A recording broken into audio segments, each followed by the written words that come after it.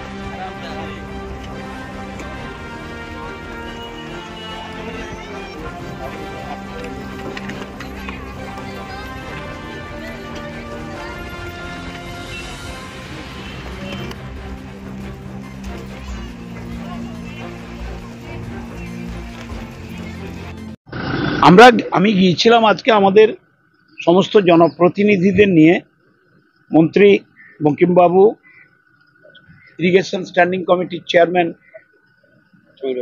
সমীর জানাবাবু, আমাদের মন্টু পাখিরা প্রাক্তন মন্ত্রী এবং বিধায়ক, এমপি সাহেব, আমার সভাধিপতি ম্যাডাম, সহসভাধিপতি, এডিএম 3 জন, ADM general, ADM LA, ADM জেলা পরিষদ, এডিএম এলআর, এসডিও, বিডিওরা এবং আমার চিফ ইঞ্জিনিয়ার সুব্রত চ্যাটার্জি, আমার সুপারিনটেন্ডিং ইঞ্জিনিয়ার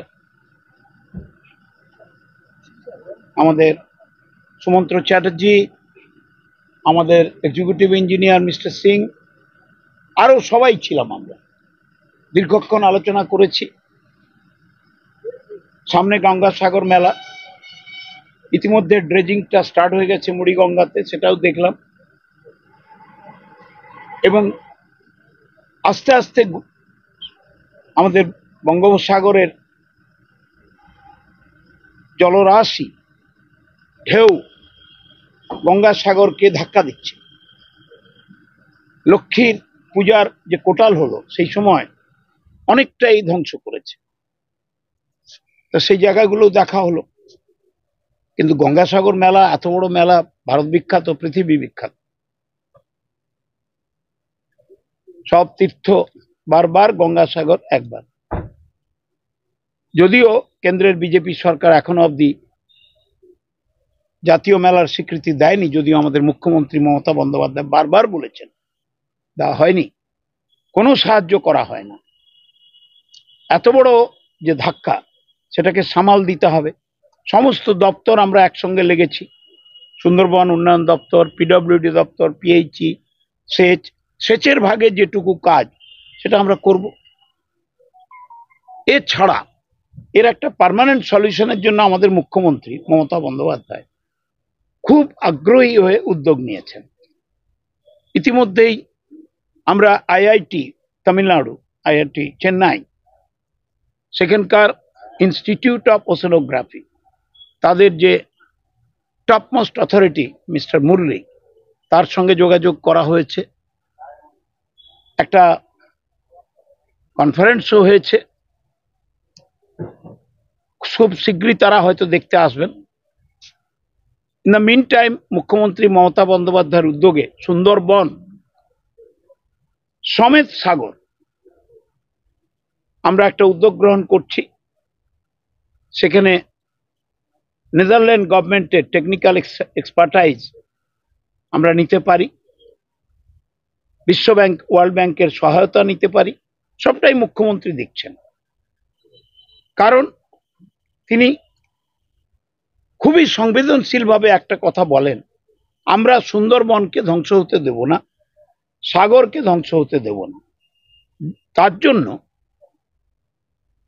তিনি সব রকম প্রচেষ্টা গ্রহণ করেছেন।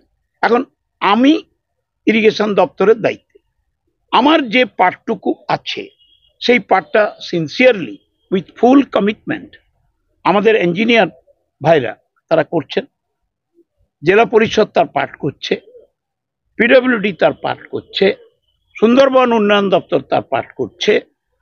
It is a concerted effort. এবং গঙ্গাসাগর মেলার আগে আমরা ড্রেজিংটাও কমপ্লিট করে দেব, রাস্তার যে পার্টগুলো ড্যামেজ আছে সেগুলো ঠিকঠাক করব, এবং সুষ্ঠুভাবে যাতে গঙ্গাসাগর মেলা হয় সেই ব্যাপারে মুখ্যমন্ত্রীর নির্দেশ পালিত হবে।